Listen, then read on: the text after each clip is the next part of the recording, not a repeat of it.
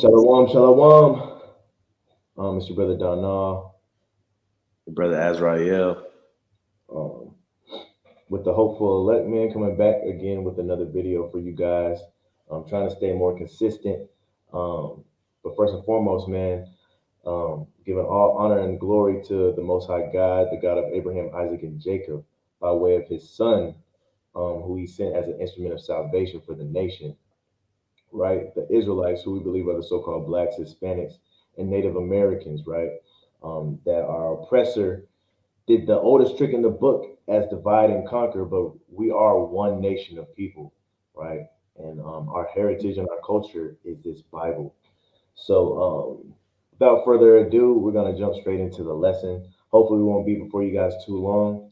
And the title of this video is gonna be the same as I believe the last video we did, called "Favor in Captivity." This is gonna be part two, right? So last time we talked to Shalom. So last time we talked about how it was okay to expect and receive favor in captivity, right? And we brought out some examples of that, right? This time we're gonna show you how to sustain that favor in captivity, right? We kind of went over a little bit how do you sustain that captivity, or how you actually obtain that favor in captivity last video. But this one was gonna say we're gonna go over how you would sustain, right, that captivity. Um, I mean that favor in captivity, Salaki, right? You got anything to say? Nah. Shalom to everybody that's getting on the live stream that wants to learn more and edify themselves. Come, man. So we're gonna start. We're just gonna dissect the book of Genesis, chapter 41. Right. So if you want to follow along, we're gonna start in the book of Genesis, chapter 41, and we're gonna start at the verse number 37. Right. So Genesis 41 and verse 37.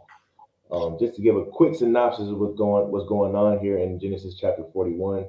The brother Joseph, who we were talking about in the last video, right? He has now been called out of prison because the Pharaoh needs somebody to interpret his dream. And there's no one in the land that can interpret his dream, right? He's asked everybody, the magicians, right? The soothsayers, all of that, right? And they could not interpret his dream. And we find out that one of the people that he was in prison with um, told Pharaoh, "Hey, look, man, there was this guy in prison that interpreted our dreams, and they came to pass. You should call him out, right, and see what he got to say." So this is after Joseph has been called out of prison, and he has interpreted the dreams of Pharaoh, right?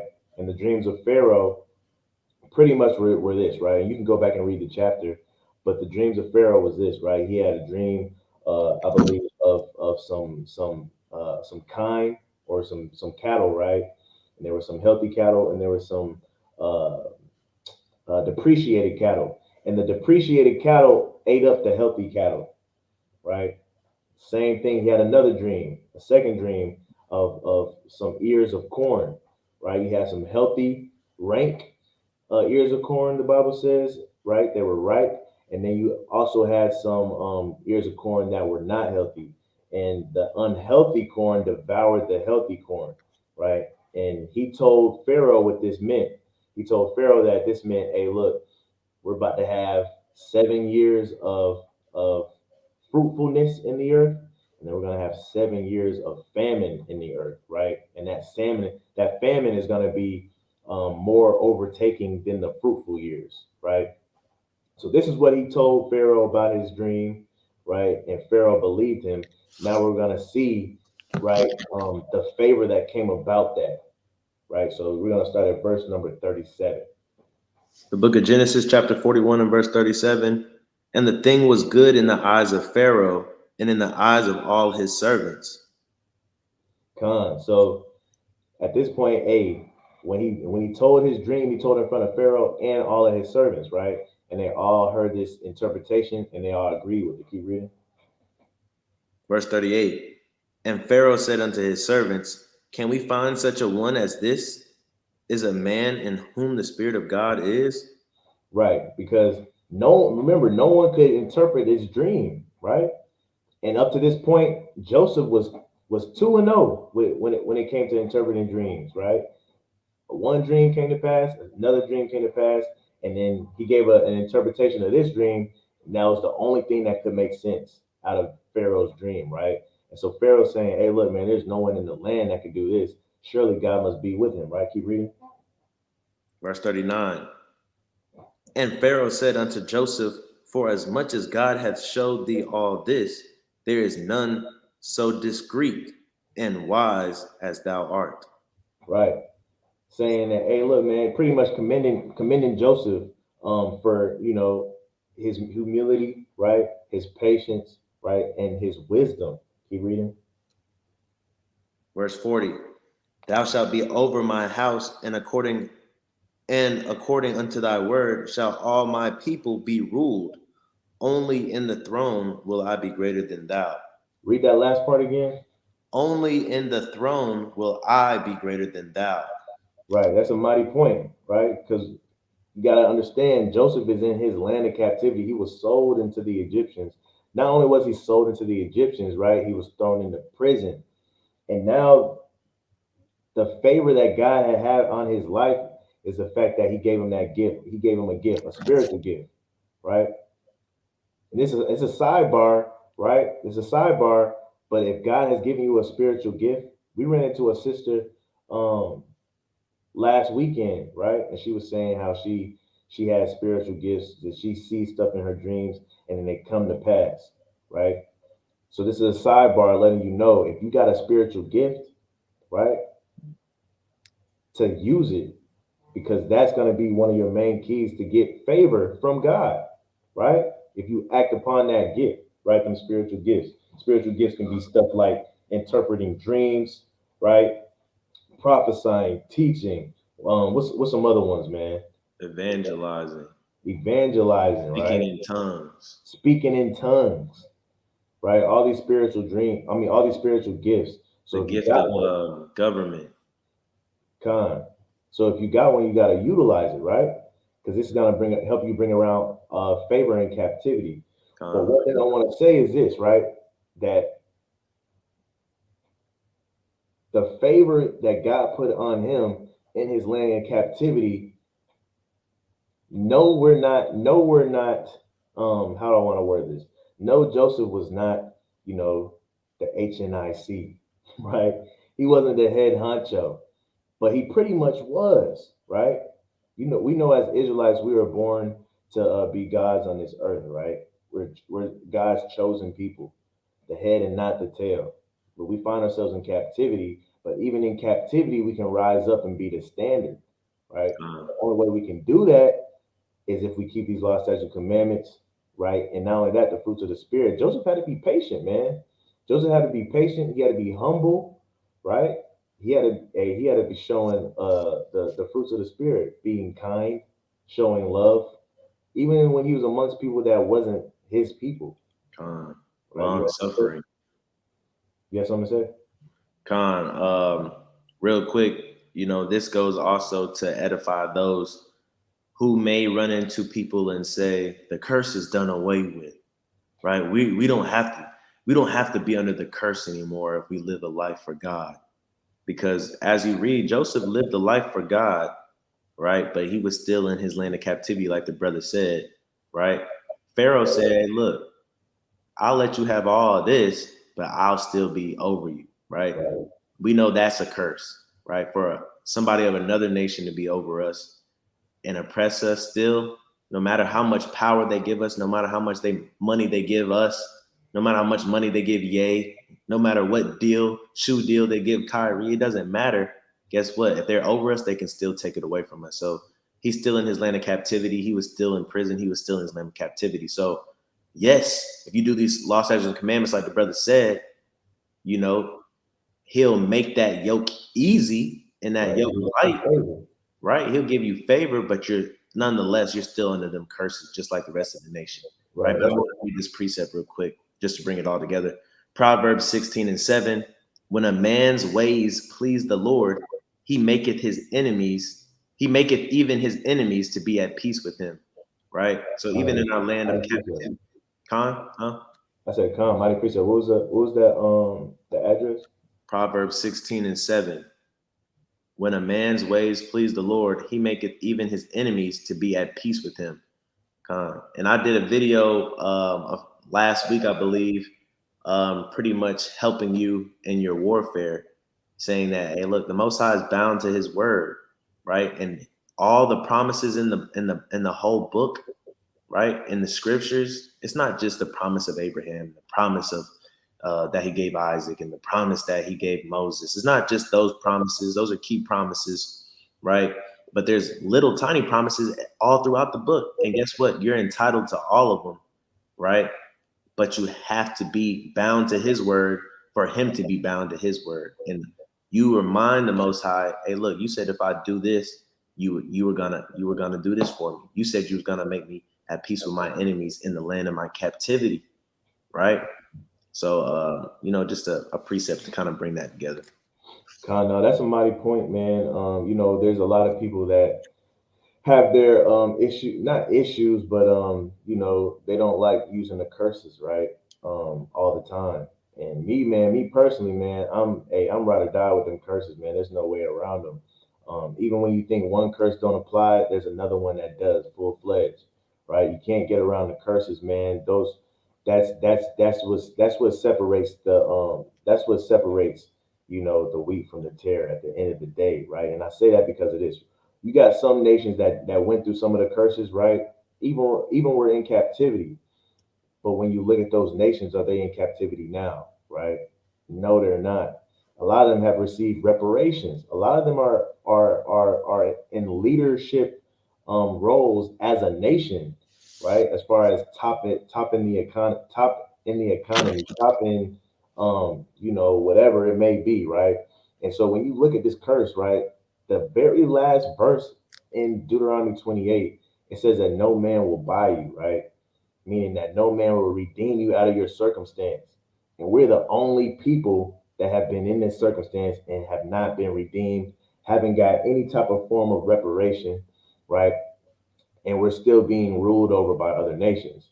Point being clear, we don't have nothing to call our own. We talked about this the other day, right? We're so-called Negroes, the only group of people that has no team in the World Cup. We have no one to cheer for, right? Even the Northern Kingdom got people to cheer for, right? You got Mexico got a team, right? But the so-called Negro man has nobody to cheer for, right? And so that alone will let you know, hey, look, hey, we captives. We don't have our own government, no nothing. Brother brought up last week, we don't even have a seat at the EU, right? I'm not even sure if Mexico got a seat at the EU, to be honest, right? But this is a mighty point to show that, hey, look, God will give you favor in your land of captivity to the point where it's almost like you in rulership. I like it. We harp on the fact that we're in captivity, but also it's nice to harp on the fact that this favor is being shown, right? Can you read that last part of 40 again, verse 40? Yeah. It says, only in the throne will I be greater than thou. Right. So this is the Pharaoh. Pharaoh speaking to him. He's saying, hey, look, I'm giving you rulership over everything. The only way that I'm greater than you is because I'm sitting on this throne, right? Everything else is under your foot. He wasn't even an Egyptian, he was a Hebrew, right? That's favor. That's favor. You can keep reading verse 41. Verse 41, and Pharaoh said unto Joseph, see, I have set thee over all the land of Egypt. And Right. Pharaoh took off Keep and going. Pharaoh took off his ring from his hand and put it upon Joseph's hand, and arrayed him in vestures of fine linen, and put a gold chain about his neck. Right. So hey, look, man. Now we starting to see that favor. He got him popping too, right? Now he got him dripping, right? He dressing. He got that foreign designer back then, man, right? That Egyptian drip. And so I like this too, man, because and there's plenty instances in the Bible, where we can see our people, wearing other people's garments, and there's no sin in doing that, right? A lot of people want to be like, hey man, that's not us, this, that, and the third. But there is no, you can't go into the law and show me where there's a sin for wearing Babylonian garments, Egyptian garments, none of that, right?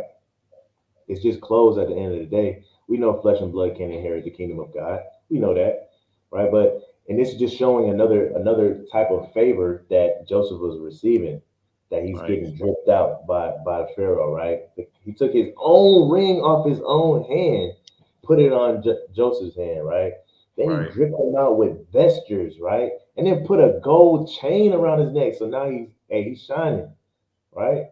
These are stuff that we see some of our people, and so we see some of our people doing this in our land of captivity, right? But it's most more so in wickedness, right? Because nowadays, and I'm not saying it's wrong to be, extremely modest and very very humble in your attire, but also, man, it's okay to look like you got some type of favor, not to go overboard, but to look like you got some type of favor in this captivity, right? We see our brother Joseph, our forefather Joseph, one of the patriarchs, right?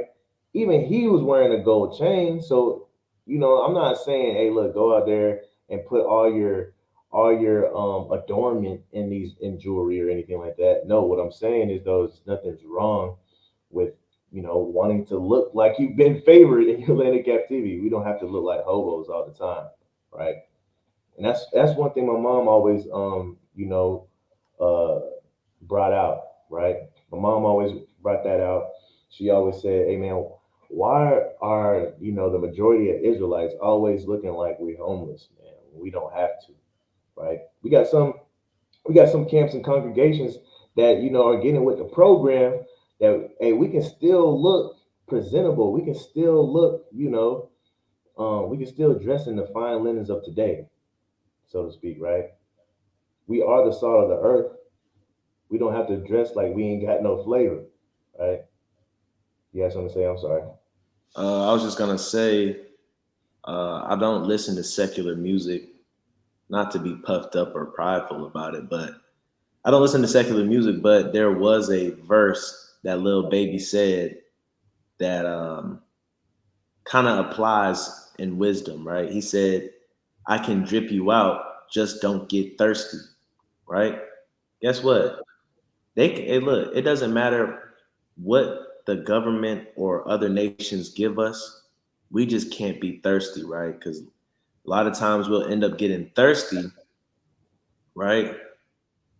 A lot of times we'll end up getting thirsty. So like, yeah,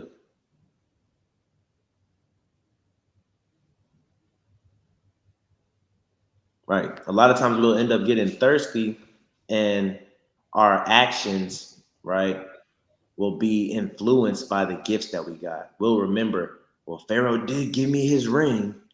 Well, Pharaoh did clothe me with these nice clothes. I guess I have to, speak up on his behalf, even though it goes against my morals. So look, even if you get dripped out, don't get thirsty, right?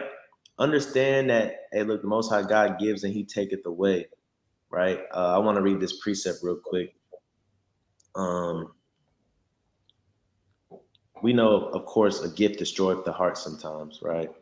Con. Is Sirach chapter 13 and verse 6, I believe, right? Because it's wisdom Wednesday, so let's get some wisdom, right? It says, Sirach chapter 13 and verse 6, if he have need of thee, he will deceive thee and smile upon thee and put thee in hope. He will speak thee fair and say, what wantest thou, right?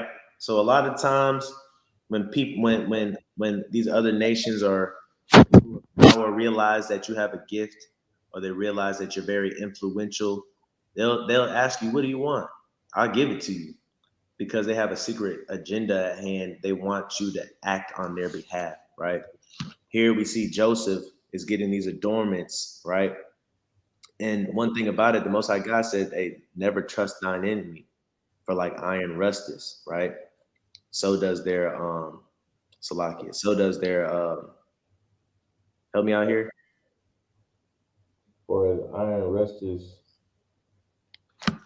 Dang. So does their wrath. So does. Hold up. I'm drawing a blank. Iron rusted. I'm drawing a blank.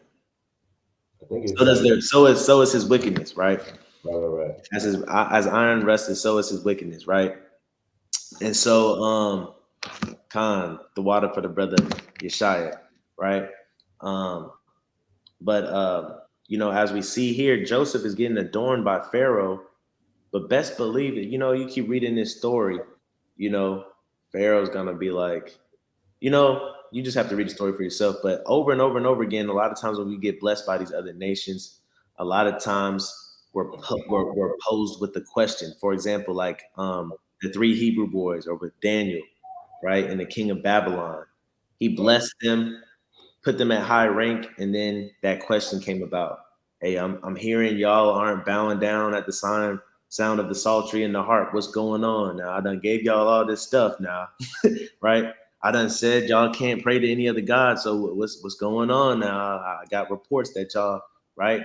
And if you were a weak man, if you were a gift destroyer for your heart, they would have been like, yeah, you're right, you're right. I'm sorry, I'm not gonna do that no more. But we have to understand that the Most High gives and He takes it away. Doesn't mean, like the brother said, you can't be fresh. Doesn't mean, like the brother said, you can't wear foreign clothes and some of these designers. I wouldn't wear it just because I know, like, the origin of these places, that they had us in zoos, man. They was making purses and stuff out of our skin. You know what I'm saying? So do your research before you just put anything on. But you can wear nice things that are foreign. All right, it's not gonna kill you. It's not a sin, like the brother said. Kind of. I'm just gonna bring this precept out, just to let me back on what we're harping on, right? So this is First Peter chapter 3 and verse number 3. Whose adorning let it not be that of the outward adorning of plaiting of the hair, right? And of wearing gold or putting on apparel, right? Now, what is it saying? A lot of people read this and they read it as, oh, we can't braid our hair, and we can't wear gold, and we can't wear certain clothes, this, that, and the third. We always gotta look, extra humble. That's not what it's saying. It's saying not to adorn yourself with this stuff, right? So this would be like this. It would be like this, right? Um, some time ago, right? I believe I asked my rib, or she asked some other girls, and they were like, she asked them, hey, like, what makes you guys feel confident, right? What makes you guys feel confident? And she was getting things back like, oh, I feel the most confident when I get my eyebrows freshly waxed, right? I feel the most confident when I finally get my hair done. I feel the most confident when I get my nails done, right? And then guys know, hey, you get that haircut, that's the only time you're getting on social media, man. You're posting videos and stories and all that stuff, right? Those are wrong things to feel confident about. Those things should not make you feel confident. Those things Hey, should there's not a make you feel secure, right? That would be adorning yourself uh, with these things, adorning yourselves with the braids, right? Because now you feel good about yourself, this, that, and the third. And without these things, now you feel insecure, or you feel less of who you are. That's what the scripture is saying. It's not saying not to do it. It's saying not to put your whole trust in these things, not to put your whole confidence in these things, right? Go ahead. uh, I wanted to point out real life 2022. That's where our people find confidence in, right? There's a TikTok soundbite. I want to play it real quick because it goes straight into what you just said. That'll pick up your mood when you are feeling. Top 5 things that'll pick up your mood when you are feeling low. Get your hair done. Get your hair done. Get your hair done. Get your hair done. Get your hair. Top 5 things that'll pick up your mood when you are feeling. Right. Get your hair done. Get your hair done. Get your hair done. Get your hair done. Right. And the caption says the most underrated pick me up, and it's a woman where she's showing off her hair. Right. Your hair shouldn't be a pick me up. This word should be a pick me up. That's what, and not only the word, right? We shouldn't put, like the brother was saying. Sometimes you give our brothers and sisters gold, you give them money, this, that, and the third, and they feel like they're indebted. Now, on the flip side, you can't put that gold in that clothes, your hair, all that stuff before the Most High God and His commands. So if He's commanding you to do something, right, even though this person gave you it, right, the person might feel like check for instance, right. Some people might feel bad because it's holiday season and we don't celebrate holidays no more. But your mom, your dad, your granny, your grandma are saying, "Hey, look, man, you just can't come swing by. All the stuff I done did for you, this, that, and the third, right?" Because at the end of the day, this hoodie that I have on, this hat that I have on, if it was given to me for free, right? At the end of the day, I'm no respect of persons, right? Only thing I'm respecting is the Most High God's commandments, right? And so you can take it back if you want to, right? Here's the chain, man, right? Here's this fine linen. I don't care. That's not what got me here. What got Joseph to where he was? God did, right? God gave him that spiritual gift. God gave him that favor. He wouldn't be there if it wasn't for God, so he cannot stop serving God, right? And a lot of times our people I'll take for instance, right? Everybody probably knows Chloe and Halle, right? The singers. When they started out, they was on YouTube singing gospel songs, man, right? They blew up making gospel songs, right? And then they finally got a little attention, right? Then the gospel songs started going out the window. Gospel songs started going out the window. We can't be like that, right? The same thing that got us there has to be what sustains us.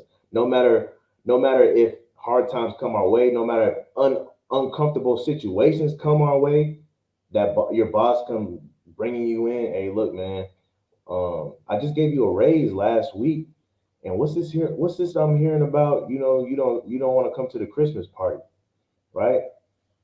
I just hired you, bro. What you talking about? You don't want to come to this Christmas party, right? These things are standard because they look. If God gave you that job, God gave you that promotion, He can get you another one. But at this point, He's trying to see what you're gonna do, right? He's trying to see what you're gonna do, and it's gonna segue into really the second part of this lesson, favoring captivity, and it's really gonna be favoring captivity. Parentheses, right? Parentheses. Um, you still have to work, right? You still have to work. You still have to work to sustain these things, and we're about to get into it. I want to bring up these comments that the brother said real quick, or the sister says. I always think it is amazing how naturally gold looks good on us and how silly it looks on others, right? And that's just because we are royal people. We know that. A couple years ago, I was telling some coworkers of mine. I was like, "Hey, man, just whenever anybody walks in, just imagine a crown on their head, right? And some old jakes would come in with like gray beards. I imagine a crown on them. They look mighty, right? The old Edomite man would come in. I imagine a crown on him. I'm like, oh, that man look corny, right? We're just a special people, man, right? What did brother say? He also said D Wade had Bible verses on his sneakers, and now it's a totally left field, right? This is all for show, man. He don't really mean it, right? He got not only his son has became a little girl. There's a video out there where his baby daughter is holding on to him, shaking her hips and whatnot, bro. Right? It's madness, man. You know, Con brother Park said you can lead a horse to water, but you can't force it to drink. Con, mighty point. You had something, Austin? I mean, Azrael. My Um, can you finish reading verse number 43? verse 43. And he made him to ride in the second chariot which he Gave him had. a car, man. Gave this man a car. Right? Keep reading. And they cried before him, bow the knee. And he made him ruler over all the land of Egypt. He made his people bow to Joseph, man. This is crazy. Keep reading. And Pharaoh said unto Joseph, I am Pharaoh, and without thee shall no man lift up his hand or foot in all the land of Egypt. Right. He goes on in verse 45 to give Joseph a wife, right, of his old master's of his old master's daughter, right? Which is crazy because his master is the reason why he got into prison, right? It's kind of like a get me back, man. So hey, look, hey, not only is he getting favor, he's also getting what's it called, recompense at the same time, right? But I want you to start at verse 46. Verse 46. And Joseph was 30 years old when he stood before Pharaoh, king of Egypt. And 30, Joseph 30, bruh, right? I'm 27 right now, right? 30 right around the corner. That's pretty young, man. That's pretty young, man, to be head of all of Egypt. Come on now, right? Keep reading. and Joseph went out from the presence of Pharaoh and went throughout all the land of Egypt. Stop right there, right? Now, what do you think Joseph is doing right now, right? You think he just got blessed and he just went for a stroll? You think that's what's happening right now, right? Because that's what a lot of our people would do. We get blessed and hey, we matter of fact, we were just talking about it. Deion Sanders, right? He had some trouble at JSU, right? He got fired or he quit or whatever, right? And then he went to go, which was it? So JSU was an HBCU for his people, right? If you don't know what HBCU means, it means historically black college and university, right? So he was putting people on for his people, right? He was giving his people scholarships. He was putting his people on the map. Something happened, and now he's going to a PWI. If you don't know what a PWI is, it's a predominantly white institute, Colorado University, right? So now he's going to be the coach of a predominantly white institute.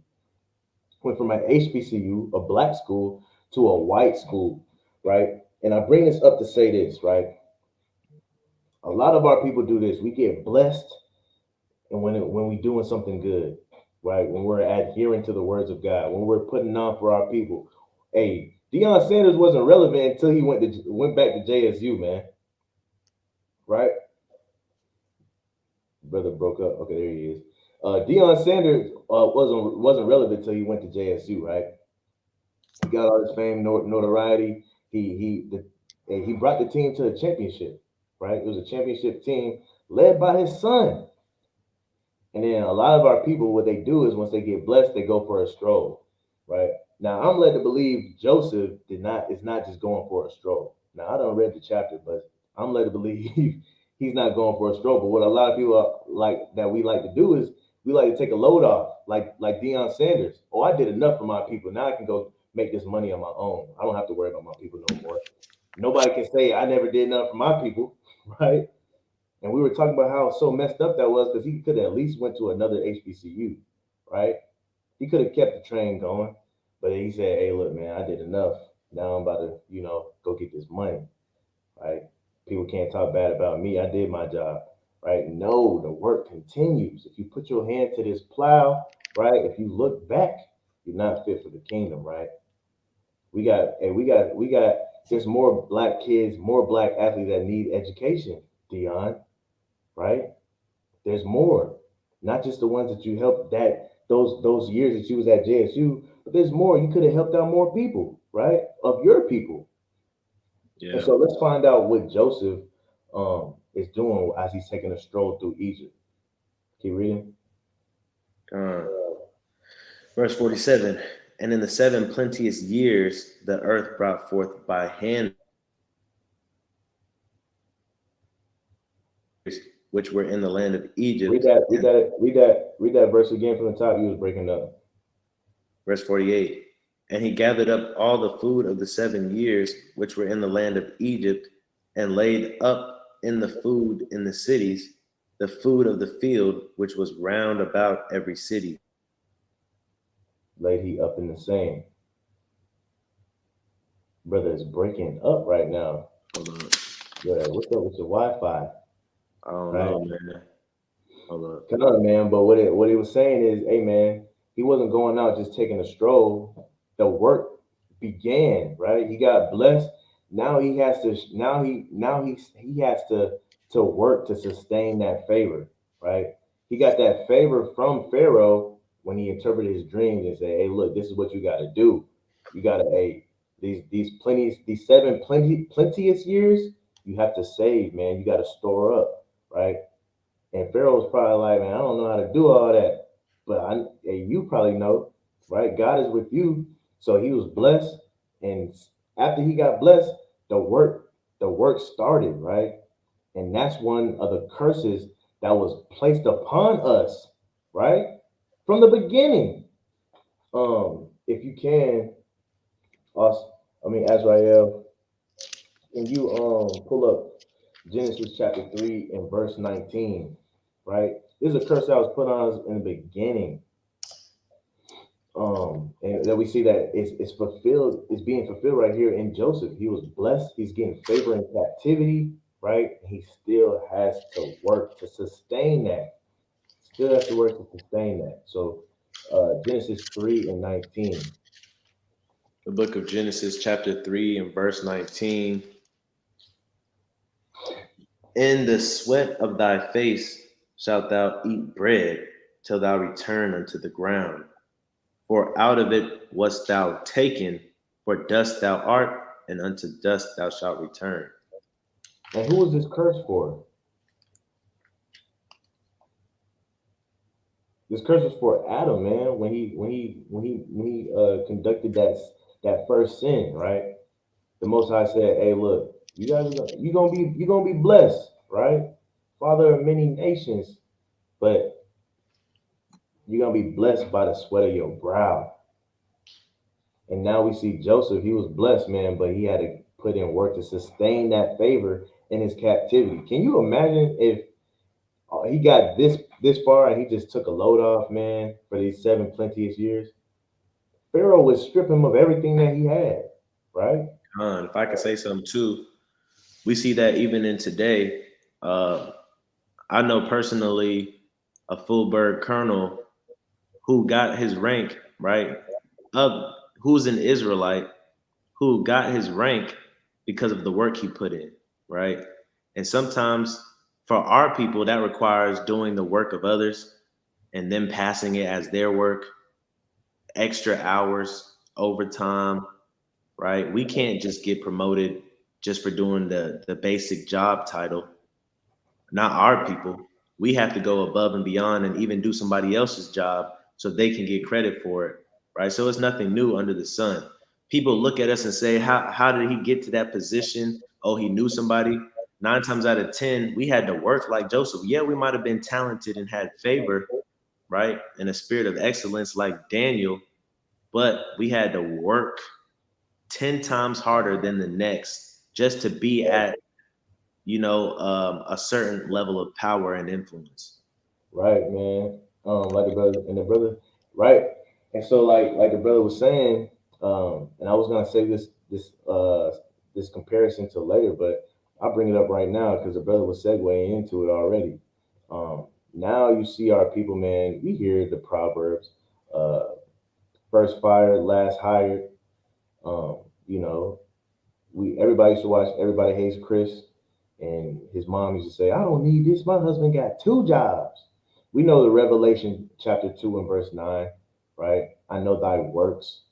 Who's working more than us, right? Who's working more than the so-called black man and Hispanic man in this land, right? And even when we do get blessed, right? We get blessed in this society. It's really bittersweet. We talked about this with some of our friends that are in the world still, right? You get promoted to team lead. You get promoted to a supervisor. You get promoted to vice president. And what are they really doing, right? Yeah, you get more pay, right? But they're making you work more and you taking on more responsibility. Now, if one little thing goes wrong, they blame you and you get fired for it. Just like here, Joseph. If Joseph got more responsibility now, he got blessed, he got favored, right?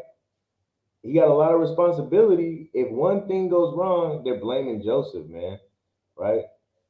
That's one thing. Hey, to whom much is given, much is required, right? To whom much is given, much is required. So if Joseph would not have taken care of everything that he was supposed to take care of, right? you know, he would have got fired. Just like in today's society, when we get promoted to team lead, when we get promoted to supervisor, we get promoted to vice president, right? And one of somebody that's under us messes up, that's on us. Now we getting fired. Now we got to work twice as hard to keep our position. We got to work twice as hard to make sure everything underneath us is orchestrated in a professional manner, the right way. And the same thing we're seeing here with Joseph. He had to work. He had to work to sustain that favor in captivity, right? Let's go to the verse no, verse number 55. Verse 55. And when all the land of Egypt was famished, the people cried to Pharaoh for bread.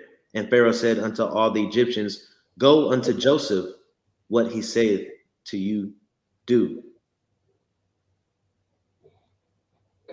Right? And so um this is coming to the point where it's at the end of the plenteous years, right? And now everybody's starting to be famished. And now what did Pharaoh say? Hey, look, don't come to me. Go to that man Joseph. Joseph should have everything in order, right? And whatever he says, do. Now Jordan, if Joseph wasn't on his stuff, right? Hey, he could have got ugly. Keep reading though, verse 56. Can I bring out a precept real quick? God.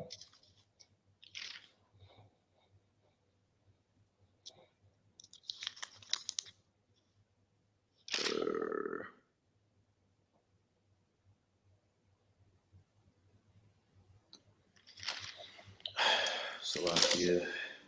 Right? This is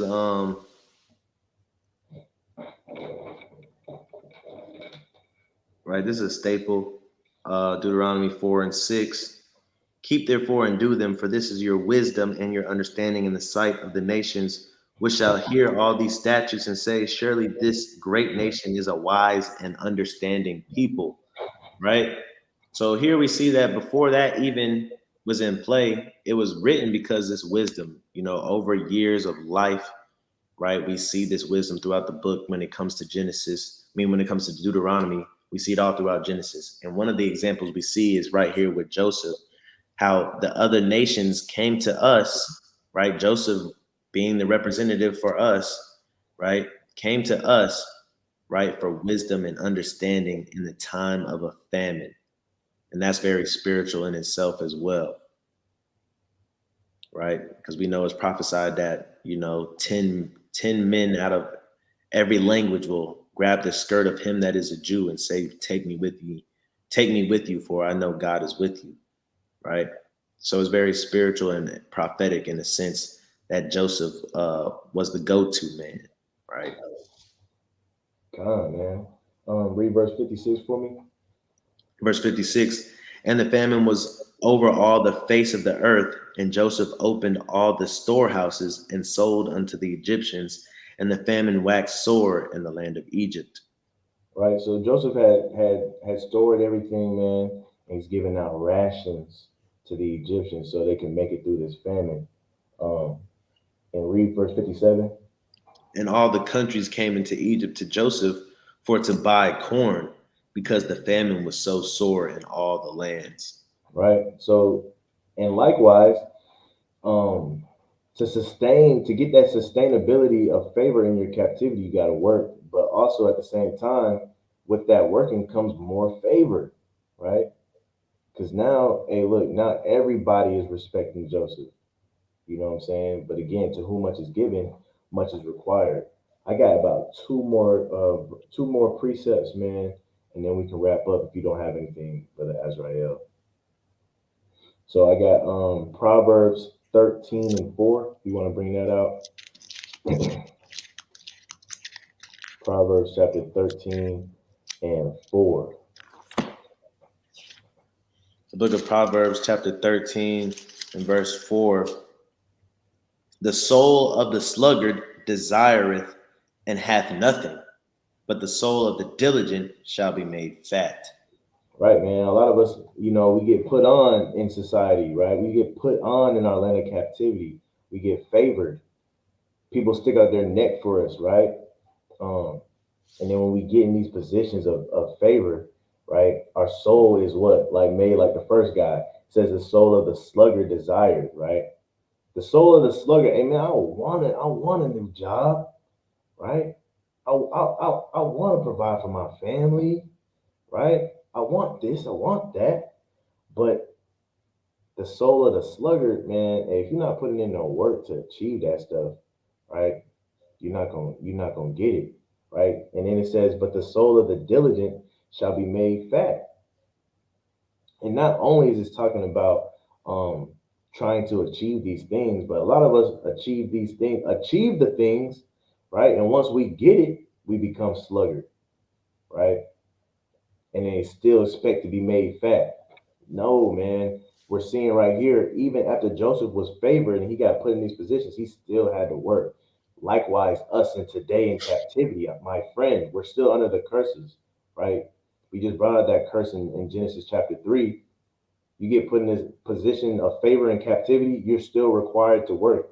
Matter of fact, you're probably going to have to work harder, right, to sustain that favor, right? And this is the last precept I got is in Proverbs chapter 20 and verse 4.